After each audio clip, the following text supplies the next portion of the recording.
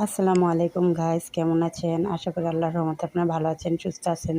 তো আপনাদের মাঝে আজকে নিয়ে আসলাম লাউ দিয়ে ট্যাংরা মাছ রান্না করব।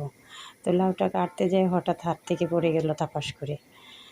লাউটা কেটে ফেললাম, কেটে ফেলে ভালো করে ধুয়ে তারপরে রান্নার জন্য প্রস্তুত করে নিলাম। এদিকে কিচেন হুডটা চালু করে নিলাম হাতের সাহায্যে। তাড়াতাড়ি রান্না করার জন্য এক চুলায় ডাল রান্না বসিয়ে দিলাম, আরেক চুলায় লাউ। লাউটা ভালো করে কষানোর জন্য ঢেকে দিলাম। তারপর একটু ঢাকনাটা উঠে নাড়িয়ে চাড়িয়ে দেখলাম যে কোন পর্যায়ে আছে। তো এভাবেই রান্না প্রায় শেষ পর্যায়ে দিকে এসে পড়েছে। মাছগুলা একে একে বিছিয়ে দিয়ে দেব। মাছগুলো একে একে বিছিয়ে দেওয়ার পরে আবার ডেকে দিলাম কিছুক্ষণের জন্য।